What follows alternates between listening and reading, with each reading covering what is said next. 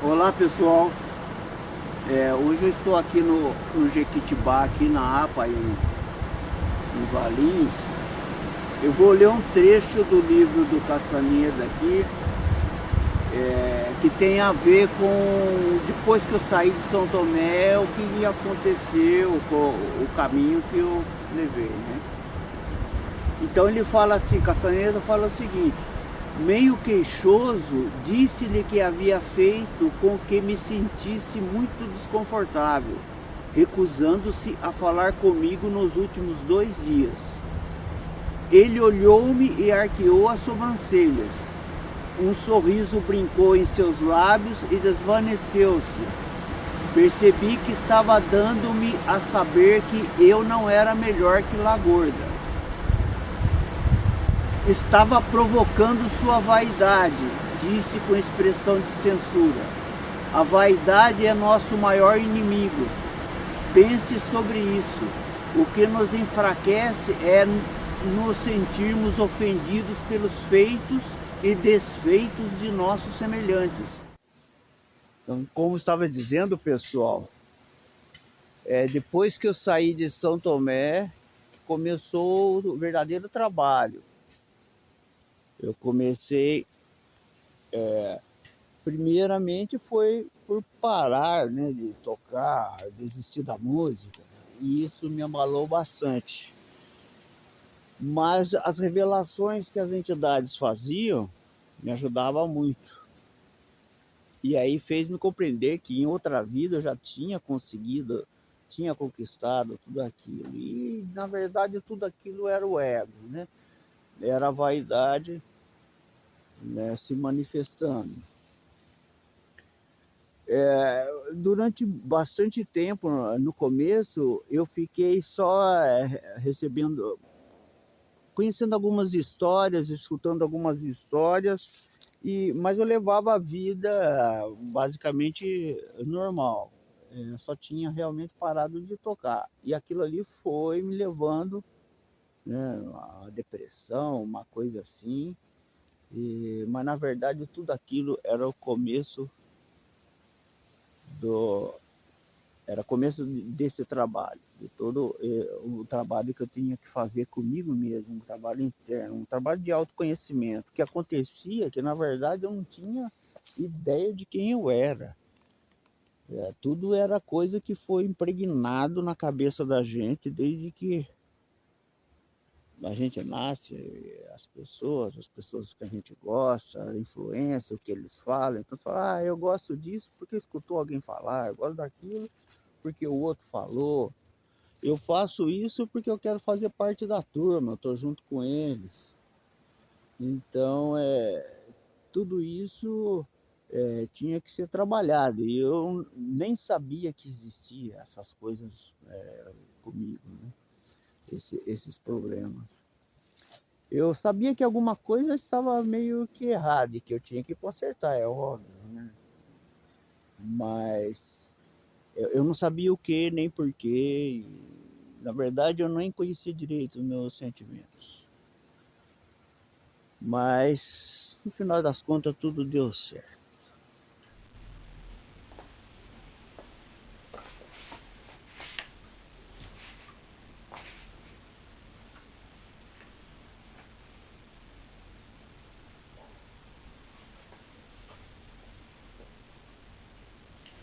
Os novos videntes recomendavam que todo esforço devia ser feito para erradicar a vaidade da vida dos guerreiros. Eu segui aquela recomendação, e muitos dos meus esforços com você têm sido dirigidos a mostrar-lhe que sem vaidade somos invulneráveis, disse Dom Juan para Castanheda. Então, pessoal,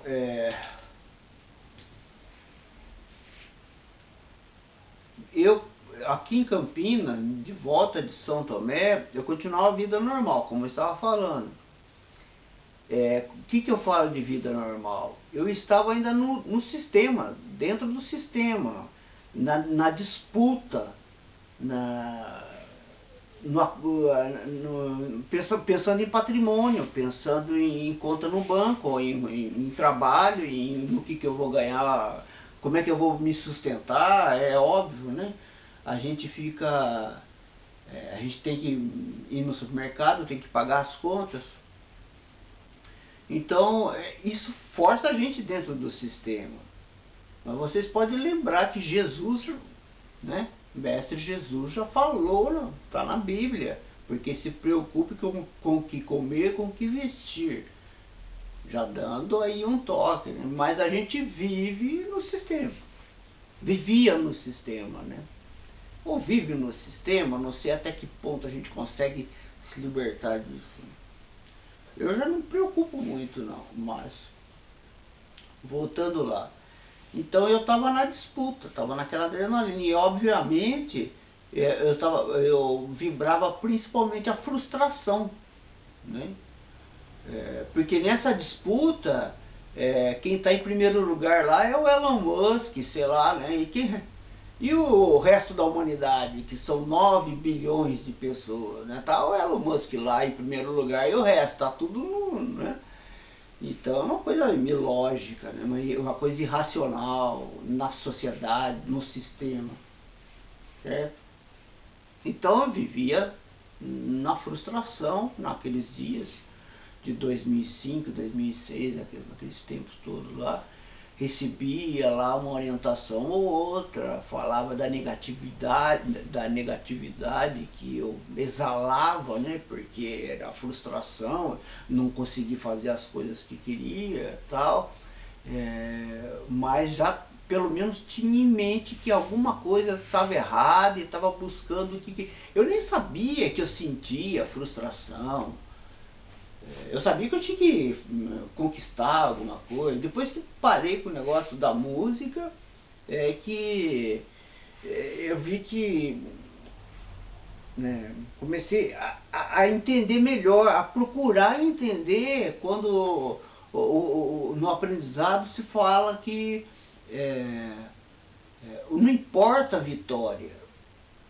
Numa guerra, numa batalha, na nossa batalha da vida, não importa a vitória ou a derrota, não importa, importa o caminho. Depois dessa vitória ou dessa derrota, você vai ter outras batalhas. Você não vai conseguir ficar parado, comemorando o resto da vida se você foi vitorioso, ou ficar chorando o resto da vida se você foi derrotado. Não importa, você vai ter a vida vai continuar e você vai ter que... Se você está derrotado, mas você vai estar com fome, você vai ter que continuar a batalha. Se você está vitorioso, aquilo ali é efêmero, você vai ter que continuar. E aí talvez seja até mais difícil, porque tem que procurar alguma coisa que goste, que se anime. Então, mas eu não sabia nada disso. Eu sabia que as coisas não funcionavam, que as coisas não rodavam, né? E eu me queixava e eu estrelava. E quando alguém pisava no meu calo, então eu rodava a baiana, né? Porque eu achava que tinha que rodar a baiana. Então, foi um começo complicado, mas eu acho que é com todo mundo. O principal é o autoconhecimento. A partir do momento que eu comecei a perceber que aqueles comportamentos eu tinha que mudar, que aqueles comportamentos eram errados, que realmente começou a mudança. Certo, pessoal?